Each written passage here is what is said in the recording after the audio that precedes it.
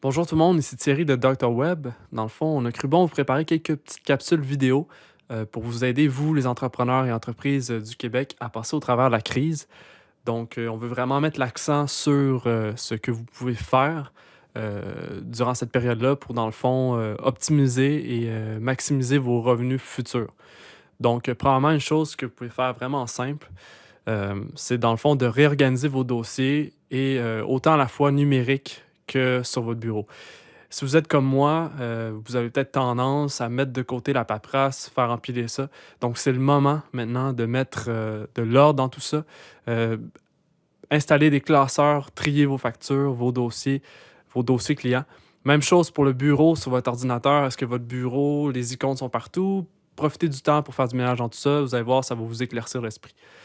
Une autre chose que vous pouvez faire, c'est dans le fond, évidemment, mettre à jour votre site web, que ça soit, dans le fond, prendre du temps d'écrire des articles de blog. Dans le fond, on pense au référencement naturel pour votre site web, mais également revoir le design. S'il y avait des choses qui vous dérangeaient, c'est le bon moment également de mettre l'accent sur ça.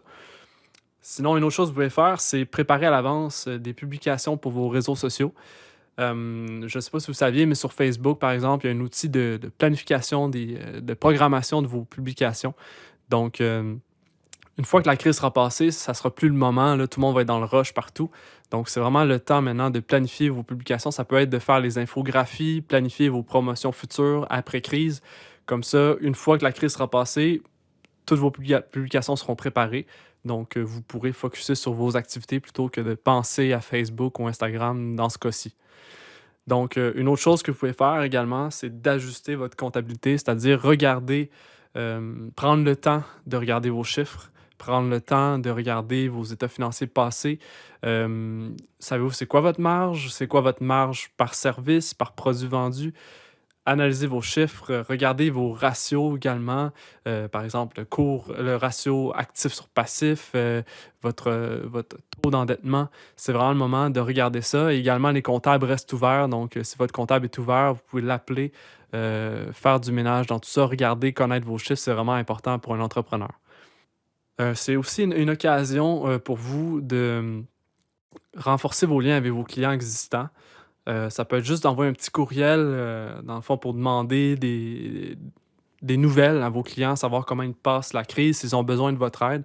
Dans le fond, être présent, c'est vraiment important pour montrer, non seulement bâtir la relation, mais également s'assurer, de répondre à un besoin au immédiat si besoin.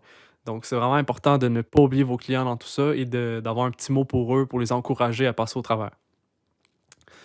Finalement, une dernière astuce que nous pourrions vous parler aujourd'hui, ça serait de prendre le temps de regarder votre image de marque et si possible, de l'améliorer.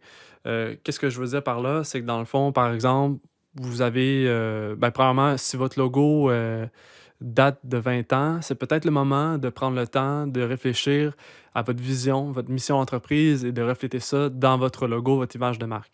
Donc, si vous avez le temps d'y penser, vous avez le temps d'investir sur votre image de marque, c'est vraiment important parce que ça, on pense vraiment après crise. Heu, une entreprise qui a une image de marque forte, aura un pouvoir de persuasion, plus important, puis également ça améliore la crédibilité de l'entreprise.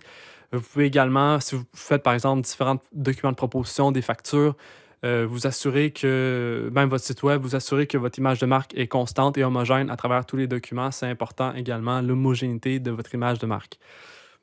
Donc, ça fait le tour aujourd'hui pour notre, petite capsule.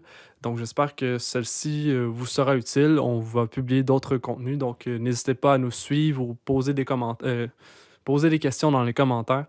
Donc, ça me fera plaisir de regarder tout ça. Puis dans le fond, suivez-nous sur notre page Facebook. Nous allons publier d'autres contenus, comme ça. À la prochaine.